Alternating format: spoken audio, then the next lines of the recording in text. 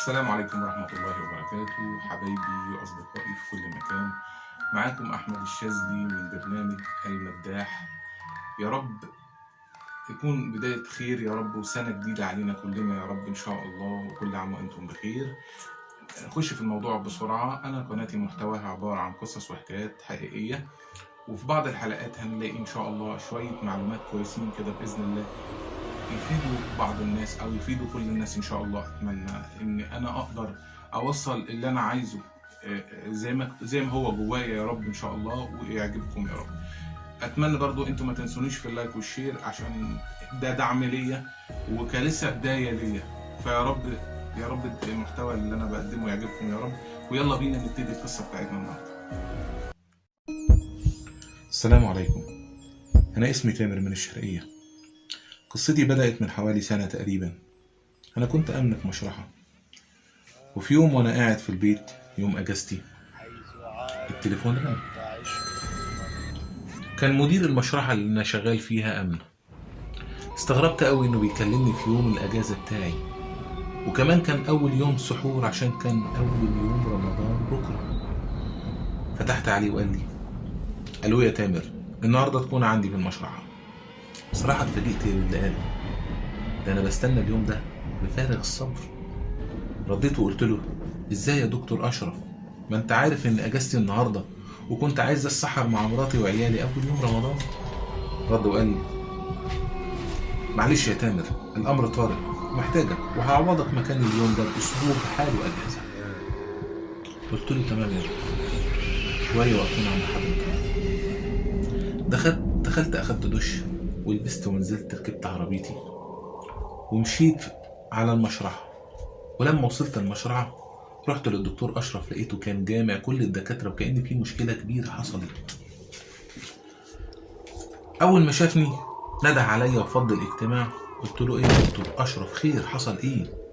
رد عليا وقال لي: سمعت عن الجثة اللي اتحرقت جوه الحمام؟ رديت عليه وقلت له: هو أنا بس اللي سمعت عنها يا دكتور؟ دي الناس كلها عرفت بالموضوع وبتتكلم عنه واللي حصل للجثة. رد عليا الدكتور وقال لي: الجثة دي هتكون في المشرحة دي النهاردة، ولازم يكون عليها حماية مشددة لأنها خاصة بناس كبيرة وهم موصيين عليها جدا. بصراحة جسمي اترعش فجأة وقلت له: بتقول إيه يا دكتور؟ أنت عايزني أحرس الجثة دي ولوحدي؟ رد وقال: لا، ما هيبقى معاك واحد تاني من الأمن، بس أنت الوحيد اللي بطمن لما بيكون موجود بالأمن. قلت له: يا دكتور، أنت عارف إيه حكاية الجثة دي واتحرقت إزاي وليه؟ حسيت إنه عارف، لكن هو اتكلم وهو بيحاول يكذب عليا. لا معرفش، بس هي اتحرقت عادي يعني. رديت وقلت له: أقول لك اللي الناس بتقوله، كمان قنوات التلفزيون أكدته. الجثة اتحرقت يا دكتور بفعل فاعل، وبيقول لك الفاعل ده مش من الإنس. أول ما قلت كلمة دي مش من الإنس، الكهرباء فجأة قطعت.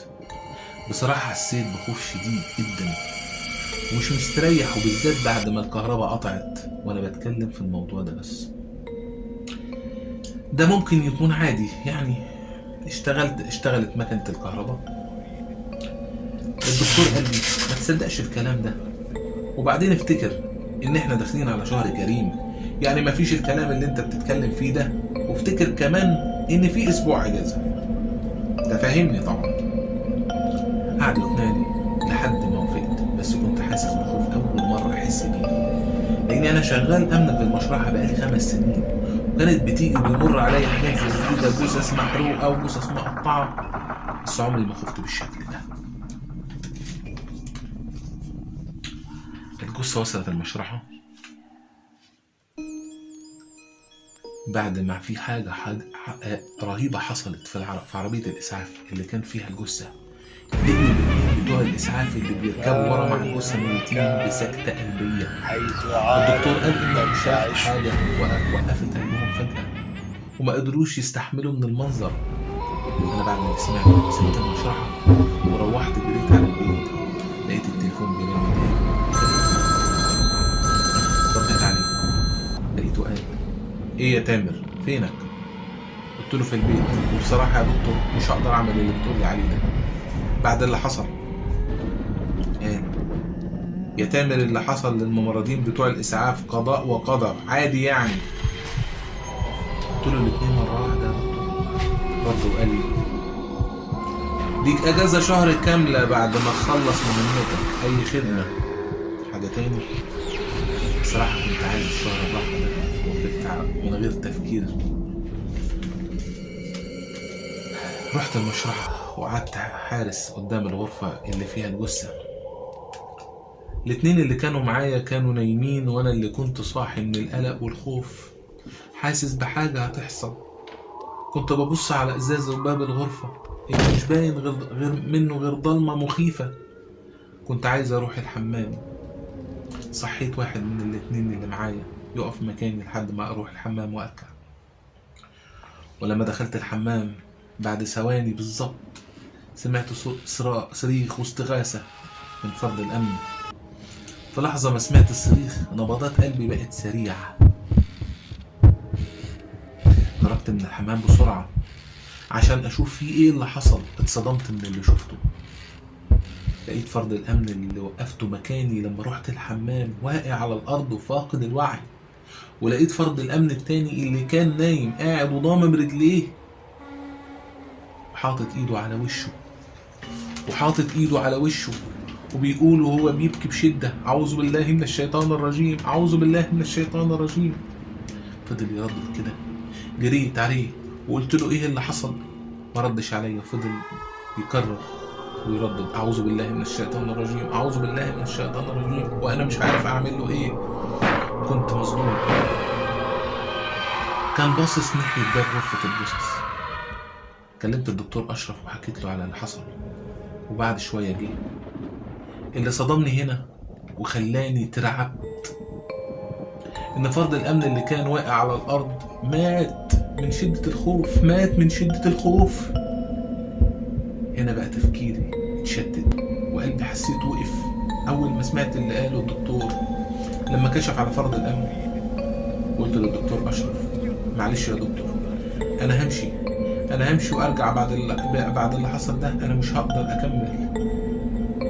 الجثة دي وراها حاجة مش طبيعية. الدكتور أشرف رد عليا وقال تامر مش أنت اللي تقول كده ولا تخاف من حاجة تافهة زي دي. أنت أجمد من كده يا تامر. حسيت إنه بيثبتني بالكلام. قلت له يا دكتور يعني بعد اللي حصل ده كله برضه مش مصدق؟ الجثة دي يا دكتور بيقولوا ان الجثة دي الجن غضب عليها فحرقها جوه الحمام، وبيقول لك قبل ما الجثة دي تموت كانت بتواجه صعوبات كتيرة برضه من الجن. الدكتور قال يا تامر يا حبيبي كل الكلام اللي بتقوله ده ملوش اي صلة بالحقيقة. هنصدق الجهل ده ونسيب العلم؟ وبعدين الجثة دي اخرها الليلة وبعد كده هندفنها. ويا سيدي اخر مرة هقول لك فيها اقعد، ان حصل حاجة تاني ابقى امشي. وبعدين انا مش عايزك تنسى الشهر الاجازة ولا ايه؟ مش عارف ليه وافقت زي كل مرة. قعدت حارس وقلت دي اخر ليلة وهتعدي ان شاء الله. بس المرة دي قعدت حارس الغرفة دي بتاعة الجثة لوحدي. كنت جايب سحور معايا. حطيت السحور ولسه هبدأ أكل سمعت صوت خبط في الغرفة. أنا أول لما سمعت صوت الخبط أنا دمي نشف في عروقي. وقفت وسبت اللي كان في إيدي ووقفت على حيلي. كنت بحاول أسمع صوت الخبط ده وقربت من الباب. كنت سامع صوت الخبط وقربت من الباب. كنت سامع صوت باب التلاجة من التلاجات بيتفتح. جسمي ما كنتش عارف أسيطر عليه، وقلبي بيدق جامد. وفجأة الصوت سكت. قعدت شوية أتصنع إن كان في صوت تاني، لكن ما كانش في صوت. قعدت تاني عشان أتسحر بس قلقان برضه. فجأة لقيت حد بيحاول يفتح الباب من جوه. وبيحرك أكرة الباب، ولقيت الدخان خارج من تحت الباب. في اللحظة دي ما حسيتش غير وأنا بجري بأقصى سرعتي وبخرج من المشرحة. ولاحظت وأنا خارج دخان كتير خارج من المشرحة. رحت البيت وقفلت الباب، وكنت حاسس إني بردان أوي وجسمي بيترعش. ومراتي كانت بتسألني إيه اللي حصل؟ مالك؟ قعدت شهر كامل في البيت خايف، وكانوا بيجيبوا لي شيوخ كانوا بيقولوا لي إني ممسوس. كنت بشوف في الأوضة بتاعتي جثة محروقة. كنت بصرخ لما كنت بشوفها. حسيت إن الجثة واللعنة اللي وراها مش عايزين يسيبوني. يمكن دلوقتي بقيت كويس شوية، لكن حاسس الخوف اللي لسه موجود. حاسس ان الخوف لسه موجود ومش راضي يسيبني. حبيبي، اتمنى ان شاء الله ان تكون القصة النهاردة عجبتكم، وادائي النهاردة يكون عجبكم، واتمنى ان انتوا تدعموني باللايك والشير عشان خاطر محتوايا ده يوصل لناس كتير وعدد كبير من الناس، واقدر انجح ان شاء الله من خلالكم وبيكم باذن الله. اتمنى ان انتوا تدعموني، واتمنى ان انا اكون ضيف خفيف عليكم. سلام.